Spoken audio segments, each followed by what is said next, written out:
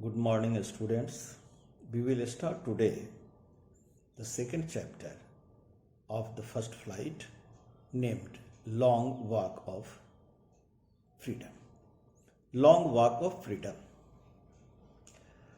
It is an autobiography written by Nelson Mandela, and it was published in 1994 by Lit Brown and Company.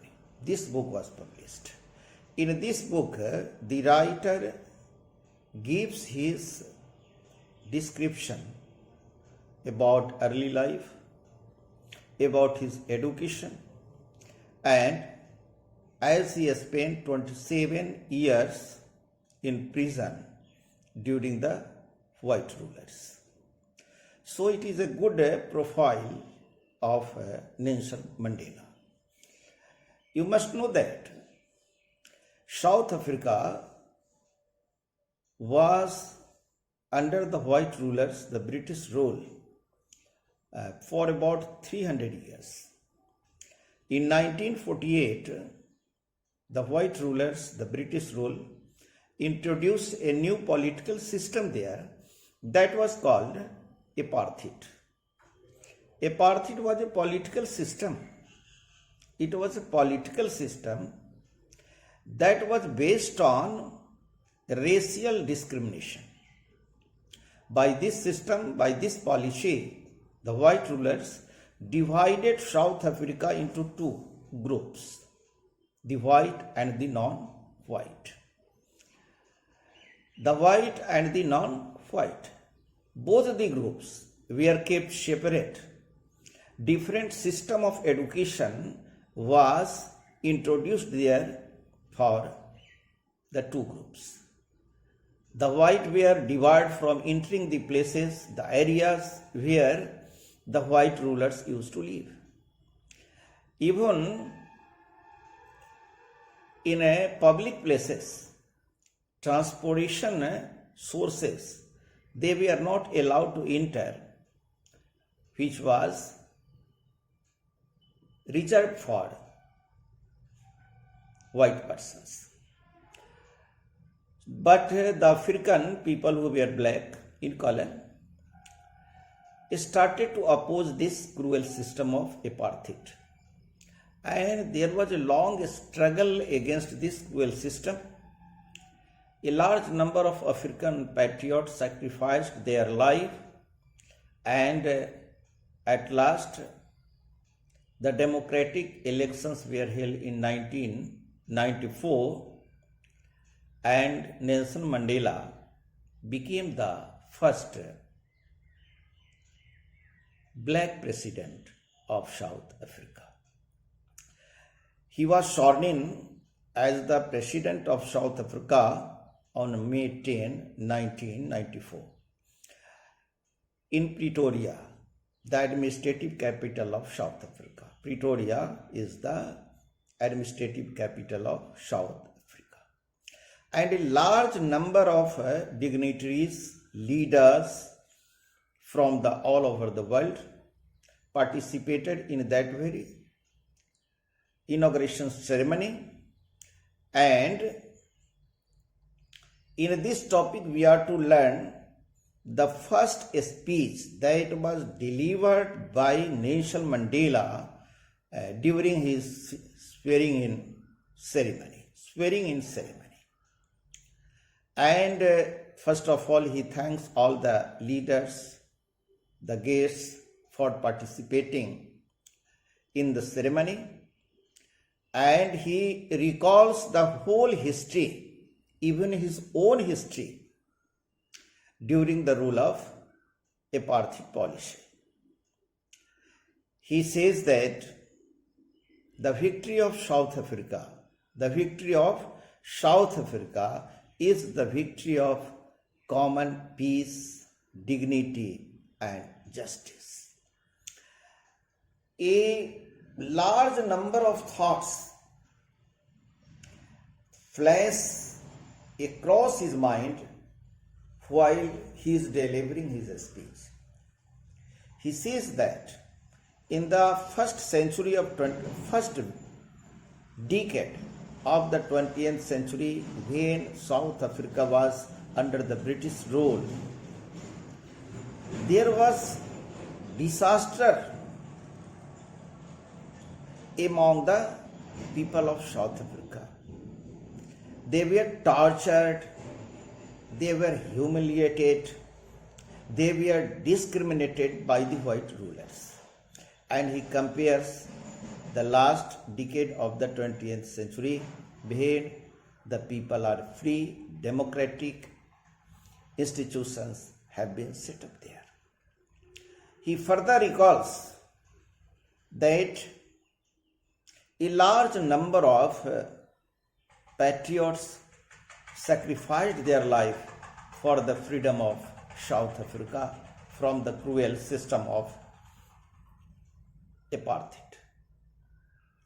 In this way, he feels very pained when he remembers those patriots who sacrificed their lives for the freedom of South Africa, but they were not present to see what their sacrifices have brought about.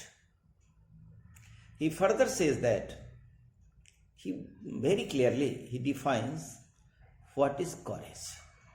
He says, absence of fear. Be careful. Absence of fear is not courage. While defining courage, he says that absence of fear is not courage. But on the other hand, triumph over fear, victory over fear is courage.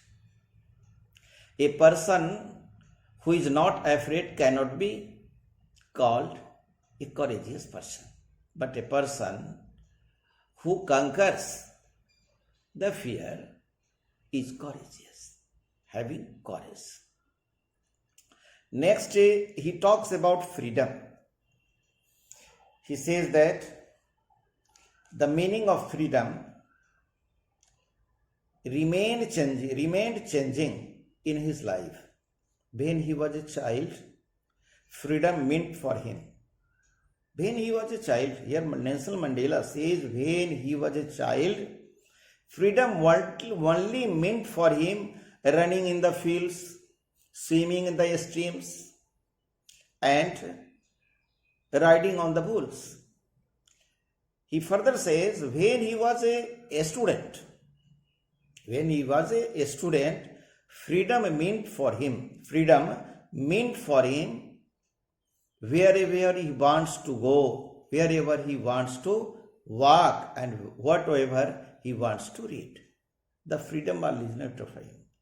As a young person, freedom meant for him freedom to earn a livelihood, freedom to marry, freedom to have a family, etc., etc.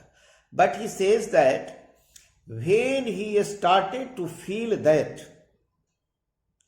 all the people of the country do not have freedom, his freedom was only transitory. And that's why he joined the African National Congress and started in participating in the struggle. And he was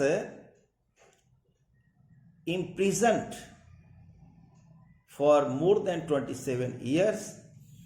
You must know that he was imprisoned as a young person. When he was freed, from the prison, he became an old person. That was the tragedy of losses. Further, he recalls that the oppressor and oppressed, oppressor means torture, cruelty. The oppressor means a person who oppresses the other person. And oppressed means the person who is oppressed by the other person. He says that both the oppressor and the oppressed persons, both are chained, both are chilled. The oppressor are under the bars of hatred. The oppressor The oppressor is not free. He is also imprisoned. He is imprisoned under the bars of hatred and narrow mindedness. On the other hand, the oppressed persons are kept under the iron bars. Very good line. He says that no person is born hating another person on the basis of race, color, or religion. He further recalls, if a person can be taught to hate, he can also be taught to love, because hate is not natural, but love is natural. This is the short summary of the lesson. I am going to send you important words with meanings and the summary of this lesson. From tomorrow we will start discussing page by page this lesson. Thank you.